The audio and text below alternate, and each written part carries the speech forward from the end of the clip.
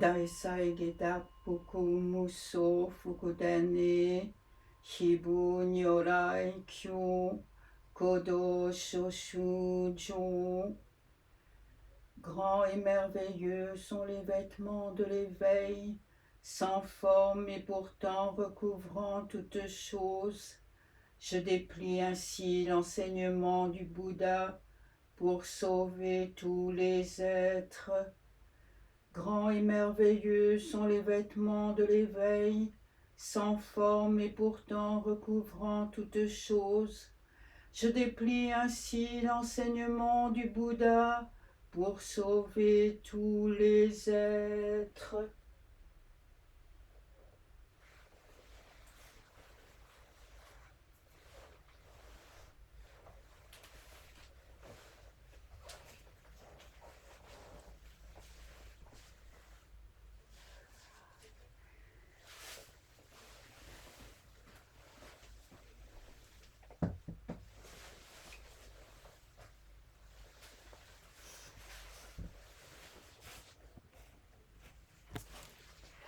Bonjour.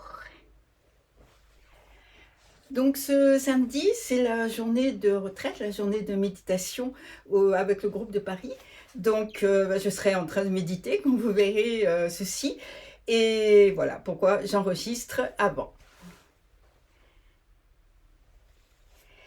Alors, je voudrais revenir quelques jours en arrière, puisqu'on était le 8 avril cette semaine. Et comme vous le savez, le 8 avril, c'est la fête de la naissance du Bouddha.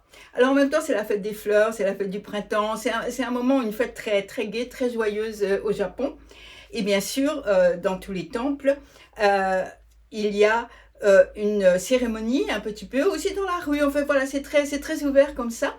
On place une petite statue de Bouddha, alors voilà, qui montre le ciel et la terre comme ceci, et puis on verse dessus un matcha, du thé sucré. En fait, c'est pas du thé, c'est une variété, une infusion avec une variété d'hortensia. Vous n'essayez pas avec les hortensias de votre jardin parce que c'est une variété qui ne pousse pas en Europe. Et en fait, on dit qu'on lave le bébé Bouddha parce qu'à sa naissance, il a été lavé par de l'eau sucrée qui était apportée par des dragons. Et donc, on renouvelle ça en lavant le bébé Bouddha. Mais évidemment, Maître Dogen faisait cette cérémonie dans son temple, et puis à cette occasion, il s'adressait à ses moines. Et j'ai retrouvé, on a les textes de ces discours aux moines, et une année, alors je ne sais plus si c'est 1247, 1248, bref, une année, il a tenu un langage que j'ai trouvé spécialement intéressant et amusant en même temps. Parce que ce que j'aime, c'est dans son approche, cette façon qu'il a de relier parfaitement on va dire la profondeur de l'espace, pour reprendre une vidéo récente, la vacuité, voilà, l'espace, et puis le quotidien, la vacuité et la forme. Alors, ce discours qu'il fait cette année-là, devant la petite statue, comment dire, tourne autour, si je veux dire, de l'idée de pureté. Mais l'opposé, il ne faudrait pas le penser comme impur, c'est pas du tout ça. Pureté, et puis on va dire en face, il y a le quotidien, le banal, je dirais presque la vie ordinaire. Cette vie ordinaire telle qu'elle est, avec nous, telle que nous sommes. Alors, ça veut dire que pour Maître Dogen, et pour le zen en général, nous pouvons pratiquer maintenant sans attendre une forme de pureté, sans attendre d'être pur entre guillemets. Parce que j'entends ça parfois, ah je suis pas prêt à commencer la pratique parce que j'ai trop de colère, trop de rancune, trop de je sais pas quoi. Pour moi, ça, honnêtement, excusez-moi, mais pour moi, ça n'a pas de sens parce que dire je suis prêt ou je suis pas prêt à commencer la pratique, déjà, ça n'a pas de sens parce que nous sommes toujours dans la voie du Bouddha. Nous ne sommes ni prêts ni pas prêts. Voilà, donc on peut commencer la pratique telle que nous sommes dans notre vie, telle qu'elle est. Et Maître Dogen nous dit ça. Il nous dit tel que vous êtes, vous vous tournez vers le Bouddha et à ce moment-là, vous faites apparaître, vous laissez apparaître votre moi véritable. C'est ce qu'on appelle dans le zen l'esprit de tous les jours et la voix. Donc, Maître Dogen, cette année-là, j'explique, cette année-là, il va citer d'abord un texte de Wang Shi. On a vu plusieurs fois les textes de Wang Shi, c'est en quelque sorte son grand-père spirituel, si je peux dire, et c'est lui qui a écrit « Quand toute parole est oubliée dans le silence », c'est lui qui a fait cette description de la vacuité avec la rivière d'étoiles, les pins recouverts de neige, c'est lui aussi qui a écrit ce texte que j'ai beaucoup commenté « Cultiver le champ vide ». Donc Wang Shi, on l'entend à travers ses exemples, il se place résolument du côté de la pureté, de l'espace, de la vacuité. Il dit par exemple, ceci est l'eau complètement claire de la vacuité de la nature de soi. Maître Dogen va lire le texte de Wang Shi avec, on dirait, avec admiration, mais après, il fait ce qu'il fait souvent, qui me fait toujours rire, il le reprend et il le change complètement, il en change complètement la perspective. Parce que ce que Maître Dogen répète toujours, c'est que la pratique, c'est l'éveil, l'éveil, c'est la pratique, éveil et pratique sont un. Donc, on ne peut pas être ou rester dans la pureté, dans la vacuité. Le bodhisattva, grâce à la prajnaparamita ou accompagné par la prajnaparamita, revient vers les êtres avec compassion. Il y a le retour au monde. Donc, pour Maître Dogen, pour le dire vite, bien sûr, la pratique, c'est vivre avec le cœur, vivre dans la présence, vivre dans le partage. Et aussi retrousser ses manches. Ah oui, je voulais montrer ça, c'est, voilà, comment ça se passe. Vous voyez, on a des très grandes manches, et puis ici, il y a un petit fil comme ça, il y a la même chose de l'autre côté, et alors le matin, le tenzo, le responsable de la cuisine, il retrousse ses manches comme ça, on attache ses manches derrière, et puis on se met au travail. Voilà, ça c'est la pratique et l'éveil, selon Maître Dogen. Donc, on n'a pas besoin d'être soi-même ce que j'appellerais pur, n'est-ce pas? Parce que notre véritable nature est toujours là. Nous sommes déjà éveillés, comme tous les textes nous le rappellent. Suzuki Roshi écrit. Dans tous ses écrits et ses discours aux moines, Maître Dogen affirme la réalité totale du monde des phénomènes concrets, la non-dualité des moyens et de la fin, et il répète sans cesse que ce royaume concret, par exemple la cuisine, est le lieu même de la pratique, de la réalisation du non-deux. Donc, quand on verse ce thé sucré sur la statue du Bouddha, là je viens au point central de ce que je voulais montrer, quand on verse ce thé sucré sur la statue du Bouddha, on utilise une louche en bois. C'est une louche avec un long manche comme ça, et puis un petit contenant. Elle est souvent en bambou, mais souvent en bois. Et on la trouve encore aujourd'hui à l'entrée des temples ou des sanctuaires. On s'en sert pour la purification. On verse un peu d'eau dans une main, dans l'autre, et on se purifie avant d'entrer. Donc, on va utiliser cette louche. Et alors, on peut imaginer, bon là je reconnais, je rentre un petit peu dans l'imagination, on peut imaginer que la louche en bois que Maître Dogen va utiliser vient de la cuisine. Il est allé chercher dans la cuisine du temple, c'est celle qu'on utilise tous les jours pour servir le repas des moines dans leur bol. Et puis, à plusieurs reprises dans d'autres textes, il appelle donc le tenzo, responsable de la cuisine, la louche en bois. Il dit on va avoir une nouvelle louche en bois pour la retraite de cet été. Donc cette louche en bois, cet objet quotidien, banal, qui arrive de la cuisine, moi je pense que c'est peut-être pas une louche spéciale, celle de tous les jours. Je dirais qu'elle représente les moines et tous les êtres, toutes les personnes. Ça veut dire que je vais entrer dans la pureté, verser l'eau pure sur le corps pur du Bouddha, avec ou à travers la forme, c'est-à-dire avec cette louche en bois. J'ai besoin de ça pour entrer dans la pureté, pour verser l'eau pure, l'eau claire sur le corps pur du Bouddha.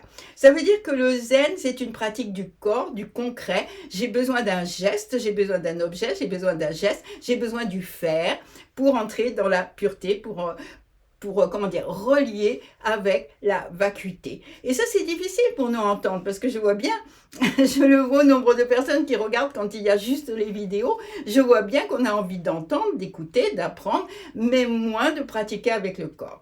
Mais, donc, je vais prendre cette louche et verser l'eau pure sur le corps du Bouddha, tel que je suis.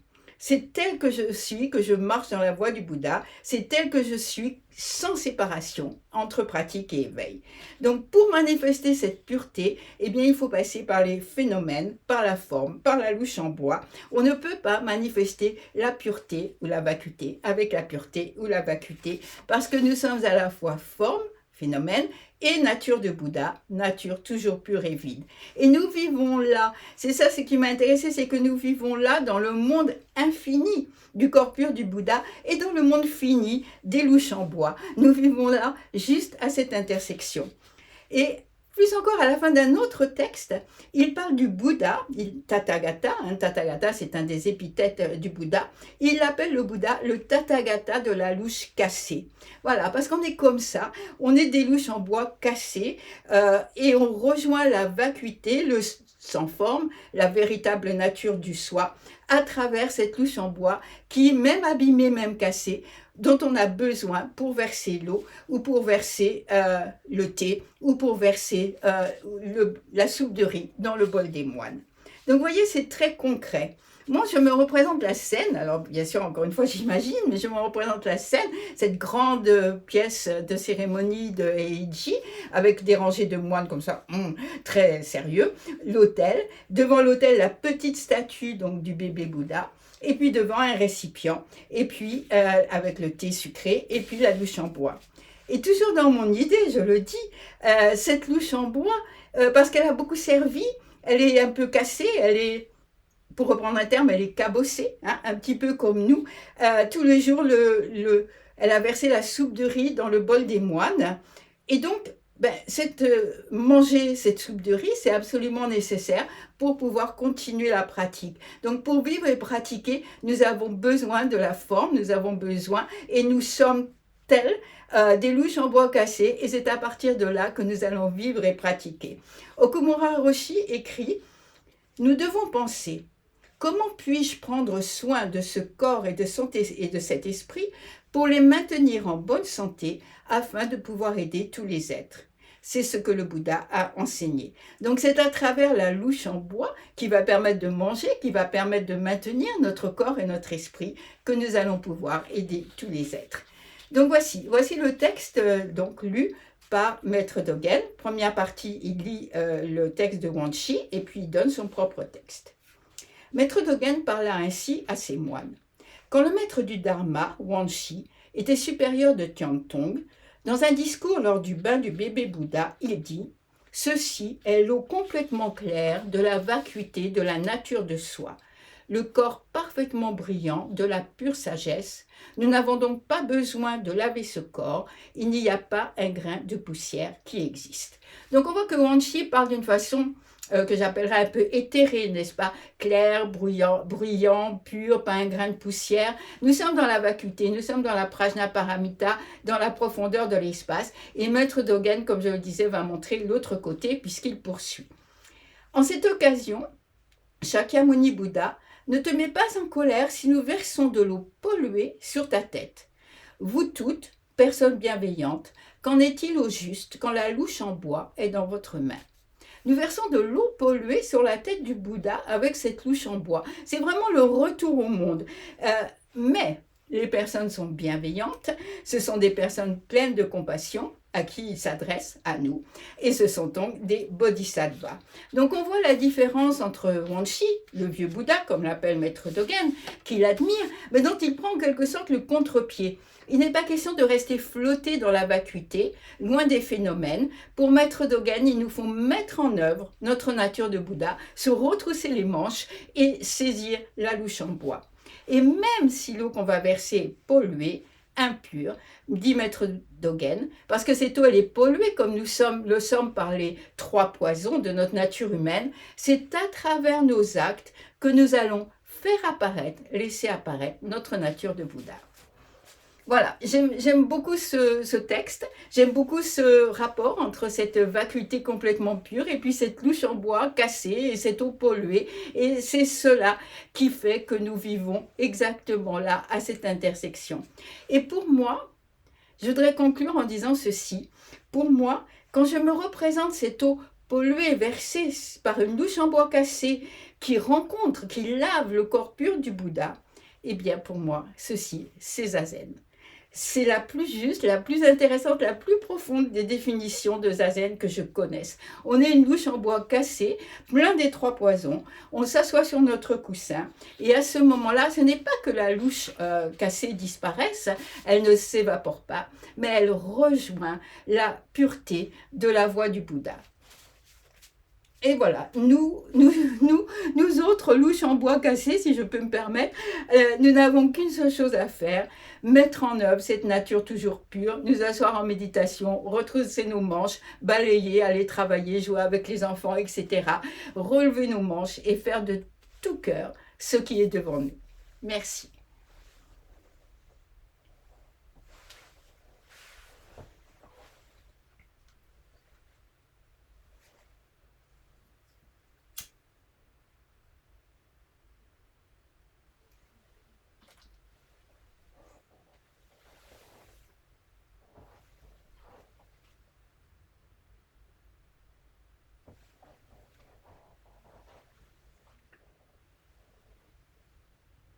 Être un avec le Bouddha, avec tous les êtres, faire naître l'esprit de la sagesse, que la grande voie soit réalisée.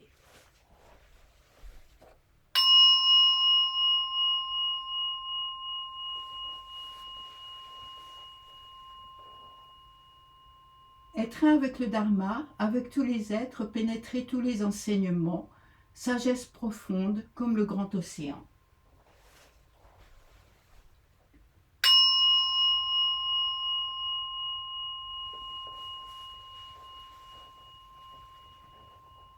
Être un avec le Sangha, avec la Sangha, avec tous les êtres, avancer sur le chemin de l'éveil, que l'harmonie emplisse tout l'univers.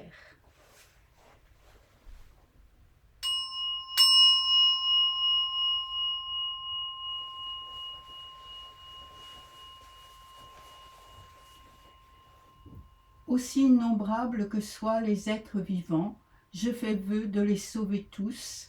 Aussi insatiables que soient les désirs, je fais vœu de les éteindre tous.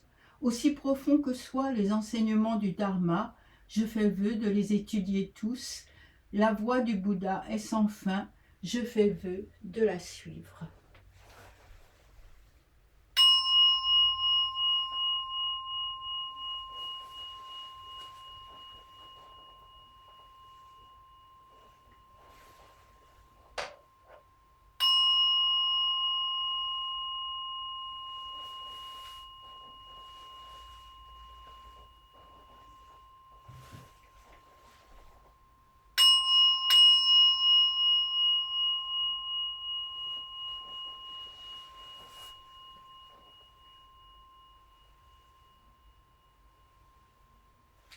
Nous tournons toujours la gratitude, toujours nous tournons vers les maîtres, maîtres du lignage, maîtres du Dharma, qui nous accompagnent sur ce chemin. Kishizawa Roshi-sama, Minpo Ian Dai Washo, Niwa Zenji-sama, Zuigaku Renpo Dai Washo, Noeri Roshi-sama, Hakusan Kojun Dai Washo, Moriyama Roshi-sama, Horin Daigyo Dai Washo, Horin Daigyo Dai Washo, Horin Daigyo Dai Washo. Et notre gratitude aussi pour les bodhisattvas qui nous montrent le chemin inlassablement. Om Kaka Kabisan Mae Soaka, Om Makakeraya Soaka. Voilà le mantra de Jizo-sama, le bodhisattva qui accompagne tous les êtres sur leur chemin. Merci beaucoup, très bon week-end, joie du Dharma.